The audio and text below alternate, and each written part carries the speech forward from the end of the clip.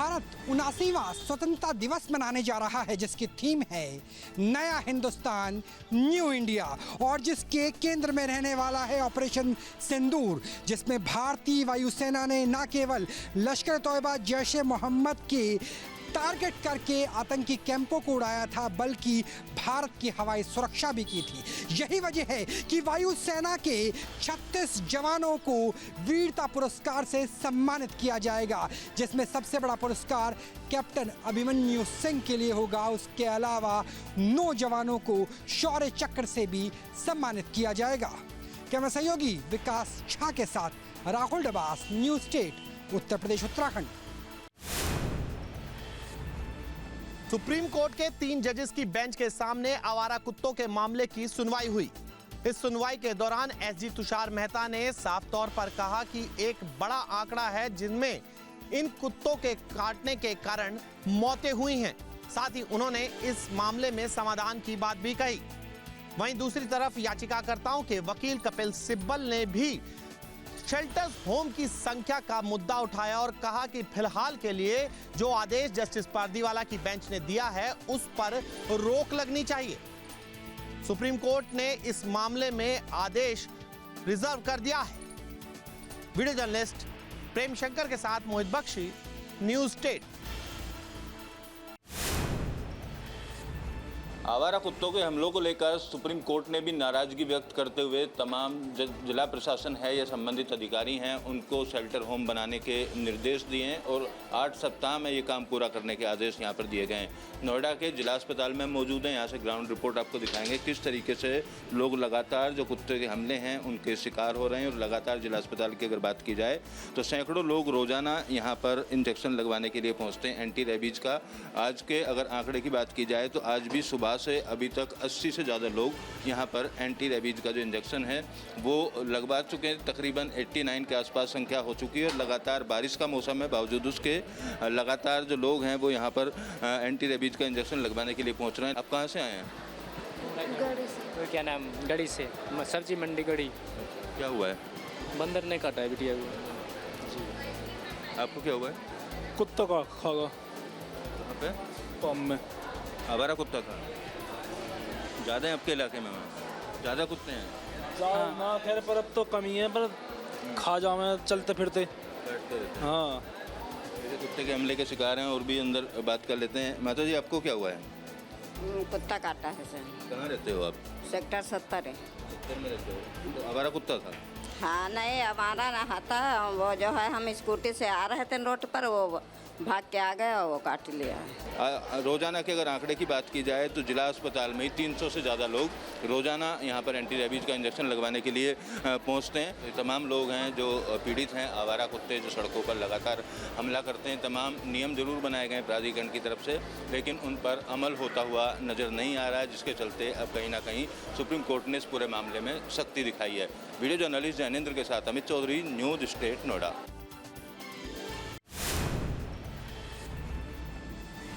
बिहार चुनाव से पहले मतदाता सूची पर गहन पुनर्निरीक्षण किया जा रहा है, जिसे एसआईआर कहा जाता है। इसके ऊपर सर्वोच्च न्यायालय में सघन बहस हुई। बहस के दौरान सुप्रीम कोर्ट ने पूछा कि 22 लाख लोगों की मृत्यु हो जाती है और बूथ स्तर पर इसकी मालूमात नहीं होती, ये कैसे संभव है? जस्टिस सूर्यकांत ने सवाल उठाया कि 65 लाख लोगों का नाम मतदाता सूची से हटाया गया, 22 लोगों की मृत्यु हो गई, क्या उसका सबूत सरकार या फिर चुनाव आयोग के पास मौजूद है? जस्टिस सूर्यकांत ने यह भी कहा कि नागरिकों का मौलिक अधिकार है मतदान, यानी वयस्क मताधिकार के अधिकार के ऊपर किसी राजनीतिक इच्छा शक्ति या दल का दखलंदाजी नहीं होनी चाहिए। कैमरा सहयोगी विकास झा के साथ Rahul Dabas, news state, Uttar Pradesh, Uttarakhand. WhatsApp Bharat ही नहीं बल्कि दुनिया में करोड़ों लोग इसका इस्तेमाल कर रहे हैं। दिन पर दिन नए फीचर्स व्हाट्सएप पे लाया जा रहा है, लेकिन इंस्टेंट मैसेजिंग ऐप में शानदार बदलाव के मद्देनजर व्हाट्सएप एक नया ऐप ला रहा है। ऐप कहें तो एक नया फीचर लाने की तैयारी में है। AI writing help assistant feature लाया जाएगा, जिसमें अगर आपको किसी को रिप्लाई करना है तो रिप्लाई के मद्देनजर व्हाट्सएप अब आपको सुझाव देगा कि सही ढंग से, मुकम्मल ढंग से आप किस तरीके से किसी को रिप्लाई कर सकते हैं। हमारे सहयोगी अजय कुमार के साथ मोहित राज दुबे, न्यूज स्ट्रीट, दिल्ली। अभिनेत्री शिल्पा शेट्टी और उनके पति राज कुंद्रा की मुश्किलें बढ़ी है। दोनों के खिलाफ जुहू पुलिस थाने में धोखाधड़ी का मामला दर्ज हुआ है। तकरीबन 60 करोड़ रुपए की ठगी का मामला दोनों के खिलाफ दर्ज हुआ है। अभिनेत्री शिल्पा शेट्टी और उनके पति राज कुंद्रा पर आरोप है कि उनकी बंद हो चुकी company best TV private limited ने लोन लिया था और उसका भुगतान नहीं हुआ है। उद्योगपति दीपक कोठारी का दावा है कि यह रकम बिजनेस बढ़ाने के लिए गई थी, लेकिन उसका इस्तेमाल निजी खर्चे के लिए किया गया। कोठारी का कहना है कि पहले उनसे 75 करोड़ रुपए मांगे गए थे, जिसका 12% ब्याज देने की बात कही थी। कोठारी का कहना है कि 2017 में कंपनी दिवालिया हो गई और उनके पैसे नहीं मिले, उनके पैसे का गलत इस्तेमाल किया गया। मुंबई की इकोनॉमिक्स ऑफेंस विंग यानी EOW इस मामले की जांच कर रही है। वीडियो जर्नलिस्ट कामेश के साथ विलास अटोले, न्यूज स्टेट, उत्तर प्रदेश, उत्तराखंड। जम्मू कश्मीर में अलग अलग जगहों पे जो है अलग अलग ऑपरेशन चलाए जा रहे हैं। अगर हम नॉर्थ कश्मीर की बात करेंगे तो नॉर्थ कश्मीर में 2 जगहों पे जो है सुरक्षा बलों को बड़ी कामयाबी यहां पे देखने को मिल रही है। अगर हम कुपवारा की बात करेंगे तो कुपवारा में भी सुरक्षा बलों को एक हाइडआउट मिला था, तो बाद में सुरक्षा बलों ने उस हाइडआउट को जो है नाकाम किया गया। इसी तरीके से अगर हंदवाड़ा की बात करेंगे तो हंदवाड़ा में भी एक ज्वाइंट ऑपरेशन शुरू किया गया है, जिसमें इंडियन आर्मी और उसके साथ साथ CRPF और जम्मू कश्मीर पुलिस, उन्होंने वहां पे एक ज्वाइंट ऑपरेशन शुरू किया गया।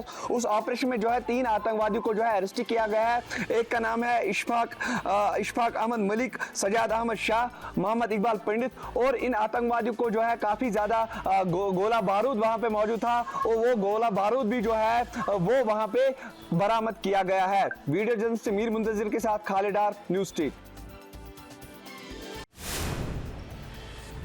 मॉनसून सत्र खत्म हो गया, लेकिन कहीं ना कहीं सुर्खियों में पूजा पाल रही, क्योंकि पूजा पाल ने जिस तरीके से योगी सरकार के कानून व्यवस्था की तारीफ की, जिस तरीके से उन्होंने इस बात का जिक्र किया कि उन्हें इस सरकार में न्याय मिला, अतीक अहमद और उनके लोगों ने उनके पति की हत्या कर दी थी, सरेआम कर दिया था और आखिरकार अतीक भी मारा गया। जब इन सब बातों को लेकर के उन्होंने कानून व्यवस्था को लेकर के योगी सरकार की तारीफ की, यही भारी पड़ गया उनके लिए। समाजवादी पार्टी के राष्ट्रीय अध्यक्ष अखिलेश यादव ने उन्हें बर्खास्त कर दिया, ये कहते हुए कि पार्टी विरोधी गतिविधियों में वो शामिल हैं और अब समाजवादी पार्टी से उन्हें निकाल दिया जा रहा है। सबसे बड़ी बात यही थी कि योगी सरकार के कानून व्यवस्था की तारीफ पूजा पाल को भारी पड़ी और समाजवादी पार्टी ने उनके ऊपर आरोप लगाया कि वो बीजेपी की मदद कर रही थी, बीजेपी के लिए प्रचार कर रही थी। राज्यसभा में उन्होंने बीजेपी को वोट भी डाला था, लेकिन सच्चाई ये सब जानते हैं कि पूजा पाल को न्याय मिला और उन्होंने इस सरकार के कानून व्यवस्था को तारीफ क्या किया, उन्हें ये सजा सुना दी गई समाजवादी पार्टी की, जो PDA का कार्ड भी खेलती है। वीडियो जर्नलिस्ट दीपक राणा के साथ आलोक पांडे, न्यूज स्ट्रीट, लखनऊ।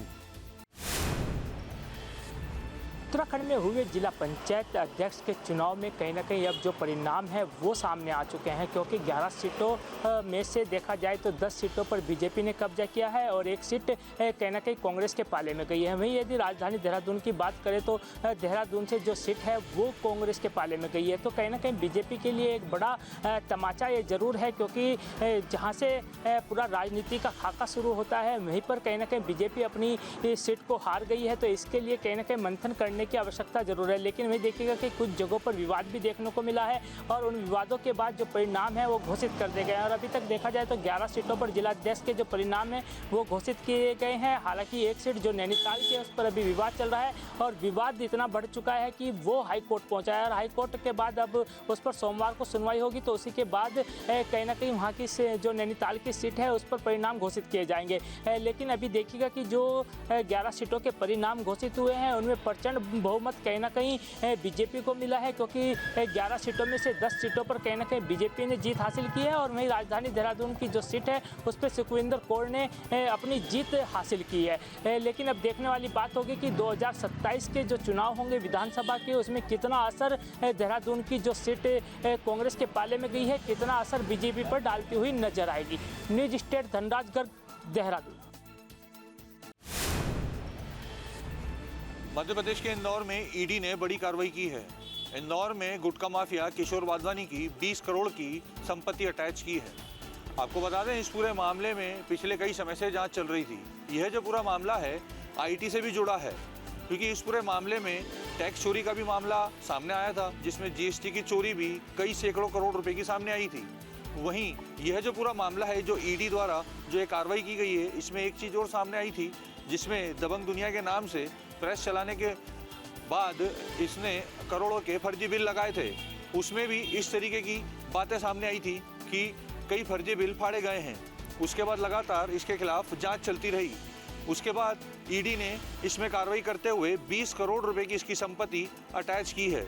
जो अब अगर बात की जाए तो किशोर वाधवानी के साथ साथ जो उसका भतीजा है नितेश वाधवानी और किशोर वाधवानी की पत्नी के खिलाफ भी मुकदमा दर्ज है और पूरे मामले की जांच पड़ताल की जा रही है।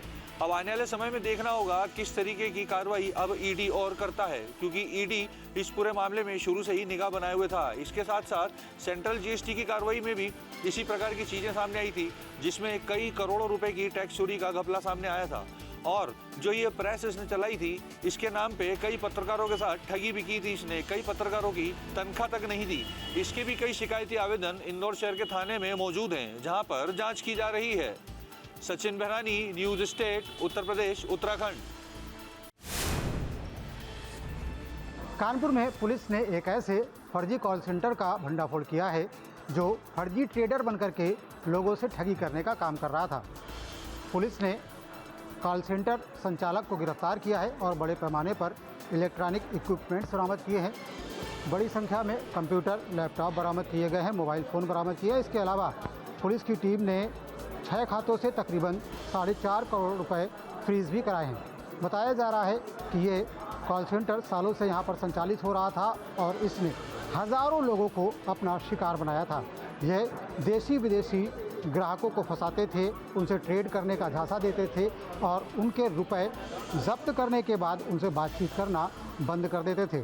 पुलिस को लगातार ऐसी शिकायतें मिल रही थी, जिस पर पुलिस की टीम ने मौके पर जाकर के देखा तो वहाँ पर एक कॉल सेंटर चलता हुआ दिखाई पड़ा, जहाँ पर 3 शिफ्ट में तकरीबन 150 कर्मचारी काम करते थे और इन कर्मचारियों को आपस में बात करने की इजाज़त नहीं थी।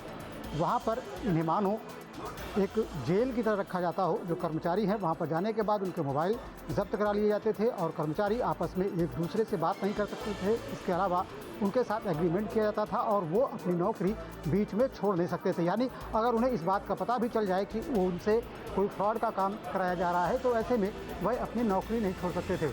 ऐसे में पुलिस ने कॉल सेंटर संचालक को गिरफ्तार किया है, उससे पूछताछ की जा रही है और उससे तमाम तरह के तथ्य जुटाए जा रहे हैं। कहा जा रहा है कि आगे भी पुलिस की कार्रवाई इसी तरीके से जारी रहेगी। दरअसल इस कॉल सेंटर से जुड़े अभी एक शख्स को गिरफ्तार किया गया है। पुलिस का दावा है कि कई लोग इस कॉल सेंटर से जुड़े हो सकते हैं, जिनके बारे में गहन पूछताछ करके जानकारी जुटाई जा रही है। वीडियो में तासिफ श्याम तिवारी, न्यूज स्टेट कानपुर। राजधानी लखनऊ समेत पूरे उत्तर प्रदेश की बात करें तो बरसात जोरों से हो रही है। मॉनसून सत्र कल रात 24 घंटे के लिए था और राजधानी लखनऊ में जिस तरीके के हालात थे, लगातार पूरी रात बरसात होती रही और नगर निगम के कर्मचारी अधिकारी सब सड़कों पे थे। जल भराव ना हो, किसी तरीके की मुश्किलें ना हो, वो 24 घंटा और आने वाले 24 घंटे में मौसम विभाग का पूर्वानुमान यही है कि उत्तर प्रदेश में 58 जिले ऐसे हैं जहां पे भारी बरसात हो सकती है। और ये बरसात कुछ इस तरह से हो रही है कि राजधानी लखनऊ में 12वीं तक के क्लास की छुट्टी दी गई है। ऐसे में हालात यही हैं कि मौसम विभाग अभी भी कह रहा है कि आने वाले समय में जिलों में बरसात होगी। अलर्ट यही है, नदियां उफान पे हैं, उनके जलस्तर जो है लगातार बढ़ रहे हैं। बहुत सारी नदियों के जलस्तर खतरे के निशान से ऊपर हैं। कई ऐसे जिले हैं जहां पर गांव में पानी चला गया है, खेतों में पानी भर गया है और मौसम का कहर अभी उत्तर प्रदेश में यूं ही बना रहेगा। वीडियो जर्नलिस्ट दीपक राणा के साथ आलोक पांडे, न्यूज स्टेट, लखनऊ। राजस्थान में 7 दिन के इंतजार के बाद में एक बार फिर से आज सुबह से मानसून एक्टिव हो चुका है। जयपुर की बात करें, भरतपुर की बात करें, करौली की बात करें और दूसरे अन्य जिलों की बात करें तो यहाँ लगातार बारिश का दौर देखने को मिल रहा है। राजधानी जयपुर में आज सुबह करीब 9:30 बजे से लगातार बारिश का दौर जारी है। कुछ इलाकों में ऑरेंज अलर्ट के बाद में जो तेज़ बारिश का दौर है वो देखने को मिला है और अब 10 बजे से लगातार रिमझिम बारिश का दौर जारी है। लगातार बारिश जो जयपुर में दिखाई दे रही है उससे कुछ क्षेत्रों में सड़कों पर जल भराव की स्थिति भी देखने को मिल रही है। जहां तक मौसम विभाग राजस्थान की बात करें तो आगामी 2 दिन उदयपुर संभाग और बीकानेर संभाग में तेज बारिश का अलर्ट जारी किया गया है। सहयोगी राजेश चौधरी, आशुतोष शर्मा, जयपुर। इन दिनों बिहार के कई जिले बाढ़ प्रभावित क्षेत्र, बक्सर से लेकर भागलपुर, कटिहार, किशनगंज, सुपौल इन दिनों बाढ़ के चपेटे में। इस वक्त हम भागलपुर के नाथनगर विधानसभा के क्षेत्र में हैं। आप देखिए कि ये मध्य विद्यालय श्री रामपुर है। ये पूरी तरह जो है टापू बन गया। ये स्कूल कभी ये विद्यालय में बच्चे जो है कक्षा में पढ़ते थे, लेकिन आज देखिए तस्वीर कितनी भयावह है कि आज वही बच्चा, वही छात्र जो विद्यालय के कमरे में बैठ के पढ़ाई करते थे, आज वो बच्चे नाव के सहारे से जो है ये जा रहे हैं। और आप देखिए, हम अभी आपको अंदर से तस्वीर दिखाना चाहते हैं विद्यालय के अंदर से। ये देखिए कि जो छात्र विद्यालय में पढ़ते थे, आज वो छात्र जो है विद्यालय के छत पे शरण लिए हुए हैं, चूंकि इनका घर में पानी घुस गया है, जिसके कारण जो ये लोग ऊंचे स्थान पे चढ़ रहे हैं। आप देखिए एक छोटे बच्चे जो है किस तरह नाव के सहारे जो है ये आगे जा रहे हैं, क्योंकि इनको इसी छत पे चढ़ना है। किसी काम की वजह से ये लोग निकले होंगे, क्योंकि इनके साथ इनका गार्जियन भी कोई परिवार के सदस्य हैं, जिसके साथ में जो है नाव को खेप के ये लोग जो है अंदर जा रहे हैं। ये देखिए पूरी तरह विद्यालय जो है पूरी तरह टापू बन गया। ये कमरा था, ये यहाँ पे छात्र पढ़ते थे। और आज जो है आज स्थिति देखिए कितनी भयावह है। ये छात्र पिछले 1 महीने से जो है ये नहीं कक्षा में आ पाए, क्योंकि इन लोगों का साफ कहना है कि विद्यालय में पानी घुस गया तो हम लोग का पढ़ाई बाधित है। अब देखिए हम आगे से तस्वीर दिखाना चाहते हैं कि किस तरह ये लोग जो है ये ऊंचे स्थान पे देखिए कितनी जद्दोजहद करना पड़ रहा है ऊंचे स्थान पे जाने के लिए, चूंकि इन लोगों को जो है अभी तक कोई तरह का कोई सुविधा मुहैया नहीं कराया गया। ये लोग खुद अपने से जो है किसी तरह ऊंचे स्थान पे जा रहे हैं। अजय जर्नलिस्ट संजय कुमार के साथ आलोक झा, नाथनगर।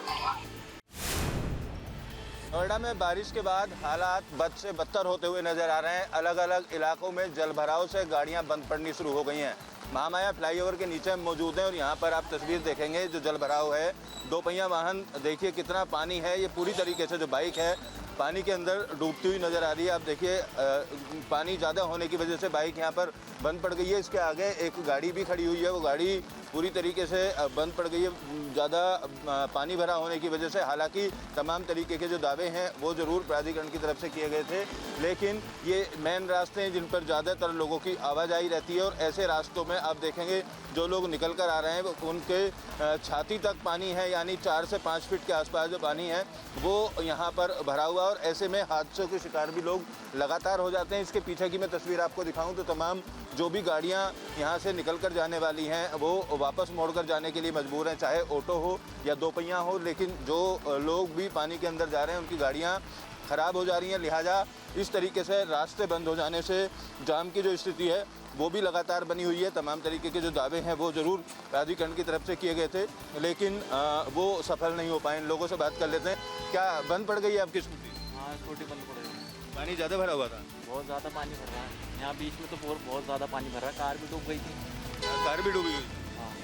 देखिए तमाम जो लोग हैं, जो गाड़ियाँ आपको दिखाई दे रही हैं 2 पहिया वाहन हैं, और ये पानी भर जाने की वजह से यहाँ पर जो ख़राब हो चुके हैं, ख़राब होने की वजह से पानी निकालने का जो इंतज़ार है वो लोगों की तरफ से किया जा रहा है। फिलहाल जो एक और गाड़ी है ये और इसी पानी के अंदर जाती हुई दिखाई दे रही है। इस गाड़ी के हालात देखिए कितना पानी है, और पानी की वजह से जो लोग हैं उनको खासी समस्या का सामना यहाँ पर करना पड़ रहा है। लोग जो परेशान हैं अपनी परेशानी बताते हुए नज़र आ रहे हैं, और पानी 4 से 5 फीट भरा होने के चलते लोगों की जो समस्या है वो बहुत ज़्यादा बढ़ चुकी है। वीडियो जर्नलिस्ट जैनेंद्र के साथ अमित चौधरी। जहाँ भक्ति है हर शब्द में, कथाओं में छुपे हैं दिव्य रहस्य, और ज्योतिष देता है जीवन को दिशा। धर्म से जुड़ी हर बातों को जानने के लिए हमारे चैनल स्तुति को सब्सक्राइब करें। चैनल पर जाने के लिए इस लिंक पर क्लिक करें।